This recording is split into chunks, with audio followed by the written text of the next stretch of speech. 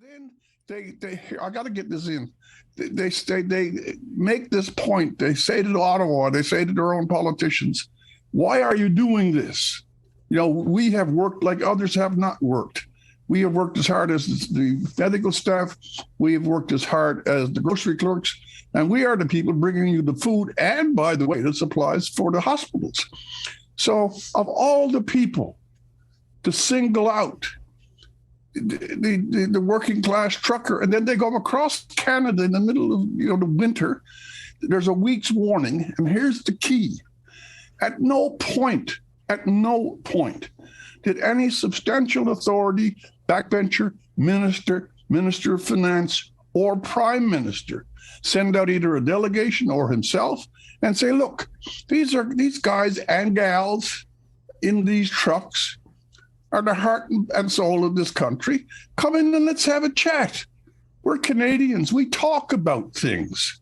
We have prided ourselves ever so much that we're so polite and we're so compromising. We say sorry when someone else hits us. So where did the intrinsic ethic of the Canadian temperament disappear?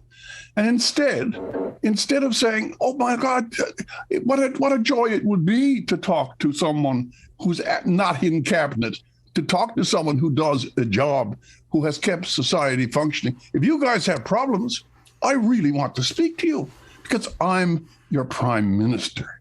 And I'm also the prime minister of Canada.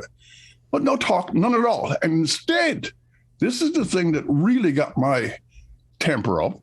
Instead, out of the blue, like some dark wizard, he comes down on them. They're racists.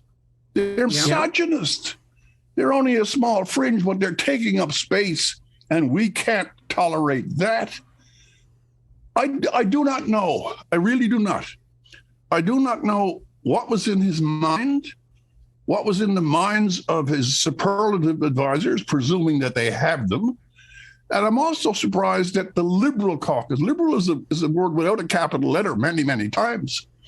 How come all those backbenchers, some of them from the Atlantic provinces, who know the working class, who know fishermen and loggers and miners and oil workers and truckers, they're a class. Does no one stand up for them and instead let the prime minister rail at them?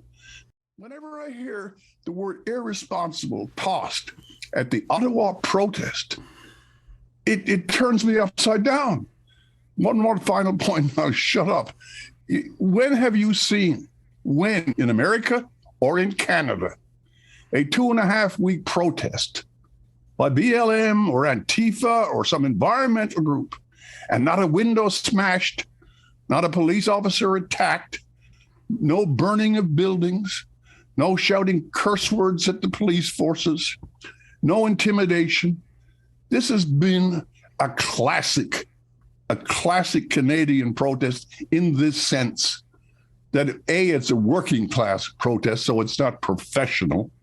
And secondly, considering what's at stake, livelihood, restriction of civil liberties, an oppressive hand, an inflammatory rhetoric from the prime minister, the fact that the last 2 weeks have been as tranquil as they have, that's a new bloom in the idea of Canadian temperament. Sorry to be so long.